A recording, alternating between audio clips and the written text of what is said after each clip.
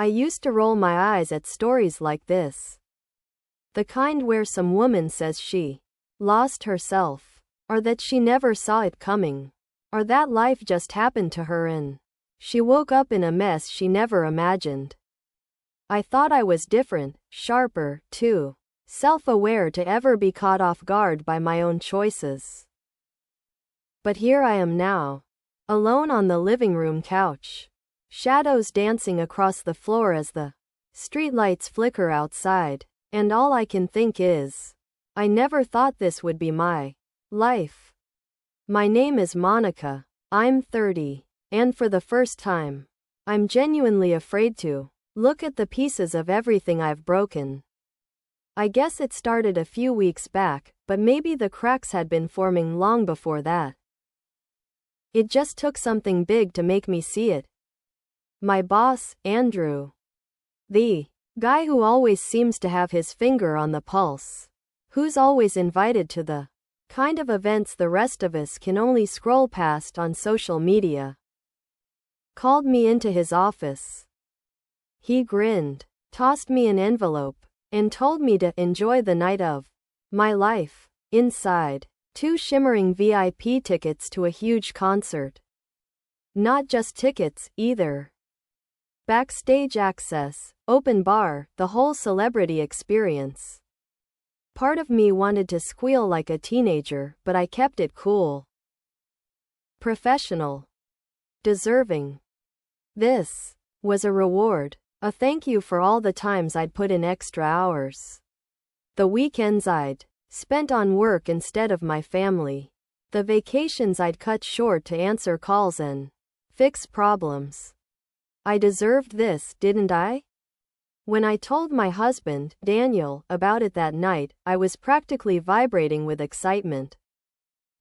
He barely glanced up from the TV, gave this half-hearted shrug, and said, "That's nice, I guess. Go if you want." I waited for him to ask questions, to at least pretend to care. Something, anything. But he just turned back to the game. The silence between us stretched and soured.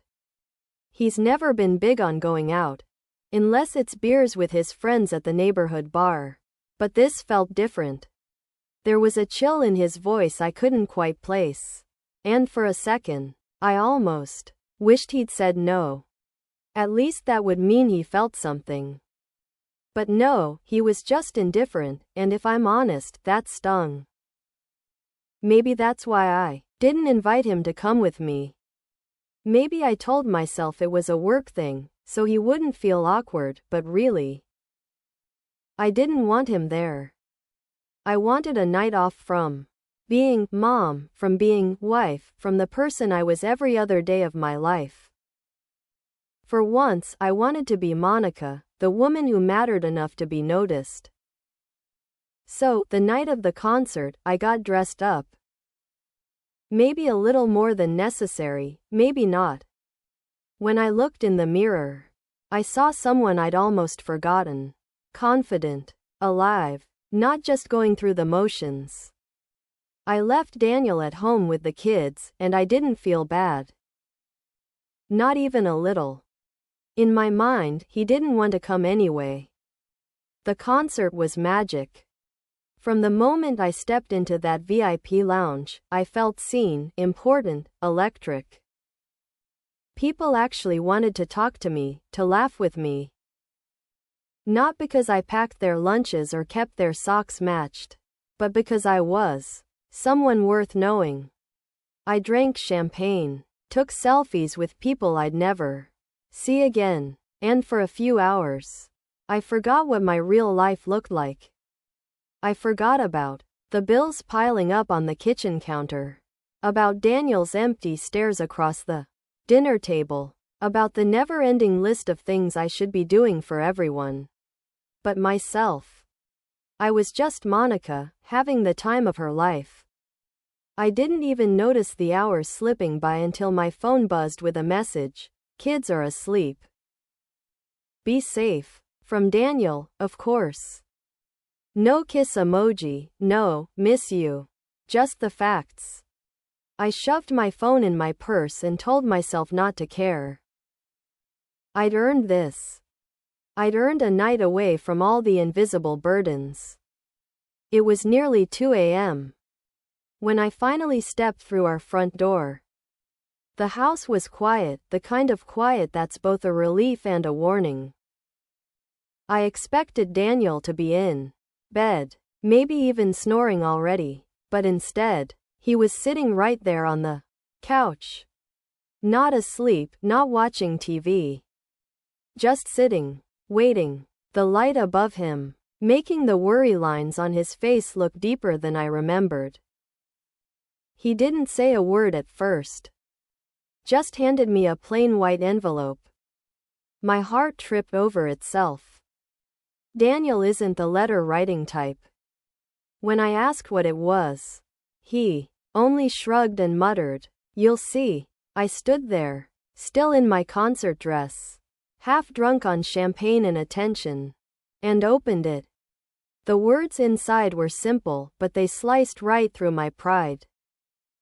He wrote about feeling invisible, about always being the one left behind, about how he couldn't remember the last time I looked at him like he was anything but another thing on my to-do list. I could feel the guilt start to bubble, but I stuffed it down. I was still high from the concert, from feeling special. Why should I have to come down so soon? I tried to laugh it off. So what? I went to a concert. This is about one night? He didn't meet my eyes. Maybe it's about a lot more than that. You're never here anymore, Monica.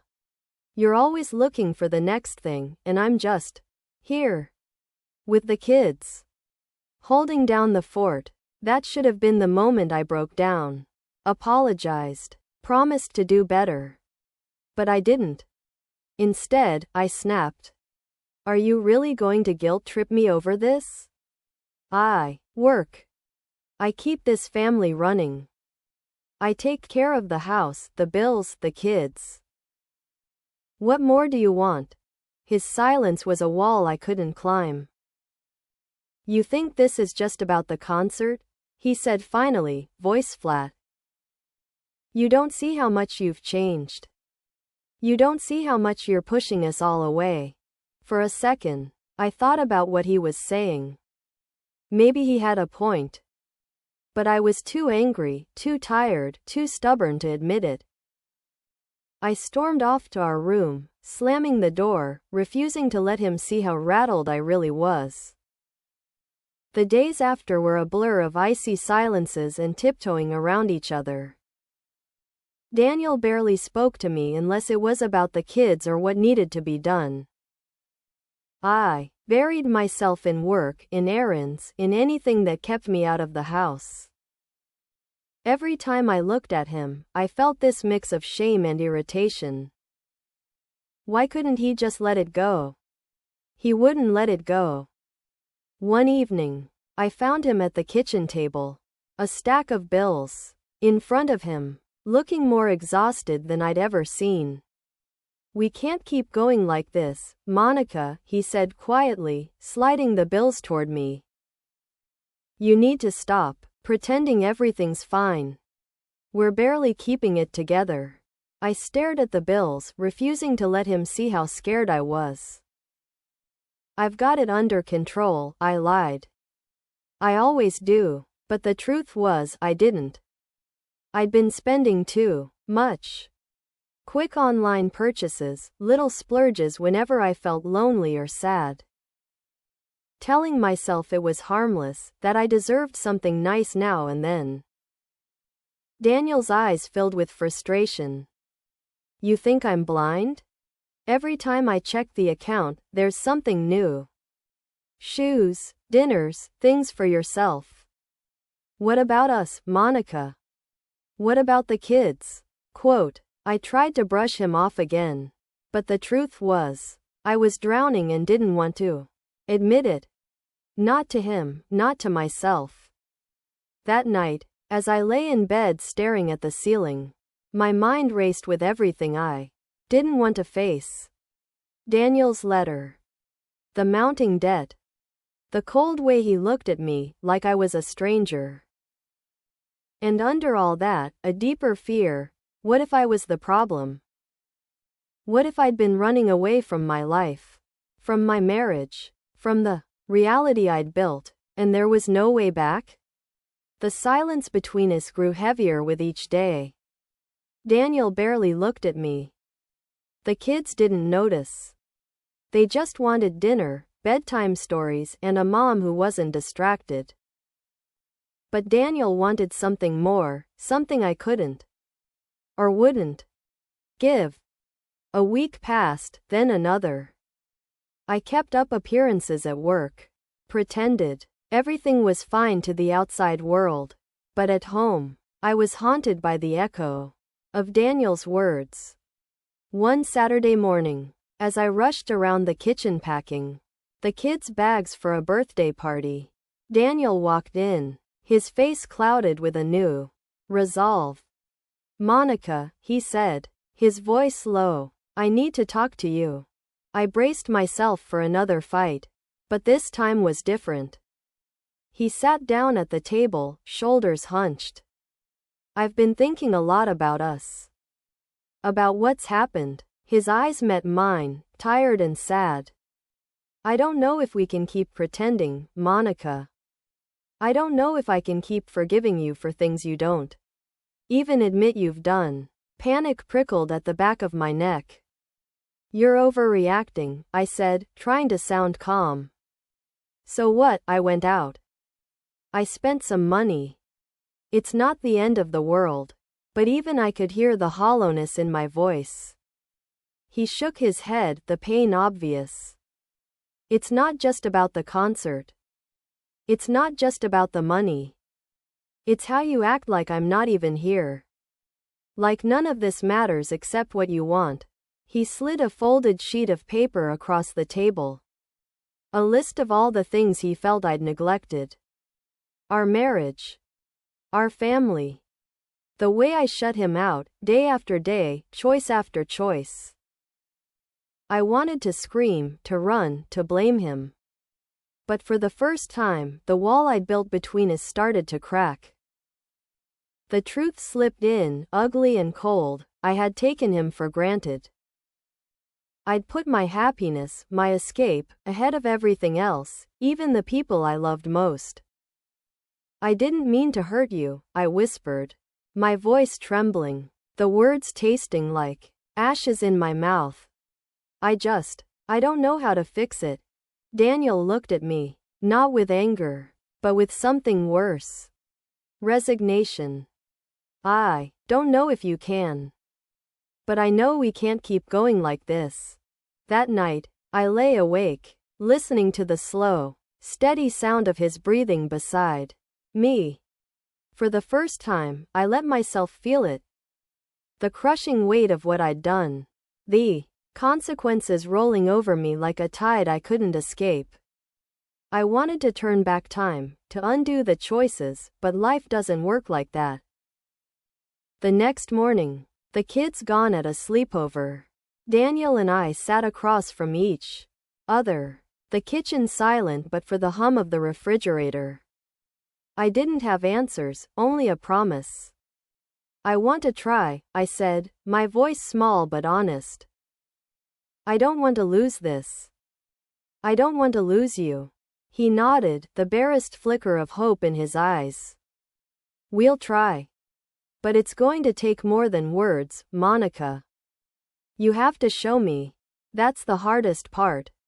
Saying sorry is easy. Meaning it, changing, isn't." Every day since, I've woken up to the reality that I might have destroyed the very thing I thought would always be there. I watch Daniel now, the way he carries himself, the distance that still hangs in the air between us. Some days, I catch him looking at me, and for a split second, I see the man I married, the man who would have done anything for me. Other days, I see only a stranger, someone hurt too deeply to ever come back. Sometimes I catch myself standing in front of the mirror, staring at the woman I've become. I wonder how I got here.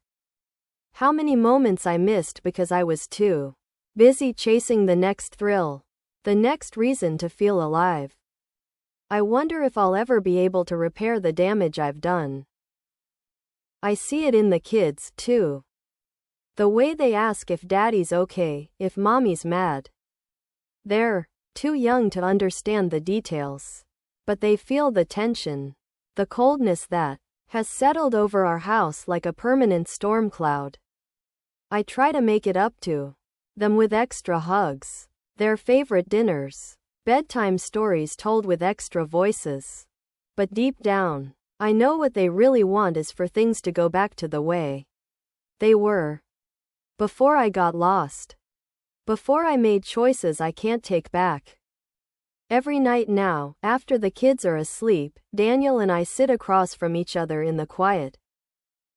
Sometimes we talk about the bills, about the kids' schedules, about what we need from the grocery store. Sometimes there's an awkward, almost desperate attempt to talk about us. But more often, we just sit in silence. Two people trying to find a way back to each other, unsure if it's even possible. There are nights I want to scream, to shake him, to beg him to just forgive me and let us move on. There are nights I want to run, to disappear into the city and lose myself in the noise, the lights, the feeling of being anyone but the woman who wrecked her own family. But I don't. I stay. I try. I put one foot in front of the other, even when every step feels like walking on broken glass. I wish I could say this story has a happy ending. That I woke up one morning, apologized, and everything went back to normal. But real life isn't like that. Some nights, I believe we might actually make it. Other nights, I lie awake, haunted by all the little choices that brought me here, by the reality that some things, once broken, can never be put back the way they were. Still, I keep going. Because the only other choice is to give up, and I'm not ready for that. Not yet. I'm learning. Slowly, painfully. That being right isn't the same as being happy. And sometimes, the hardest thing is admitting you've been wrong all along. So, if you're reading this, if you're the kind of person who thinks you're immune to regret, to loneliness, to the slow unraveling of a life you thought was safe, take it from me. No one is safe. Not even you. And sometimes it's the smallest cracks that end up breaking you apart. This isn't the end of my story. It's just the point where I finally stopped pretending.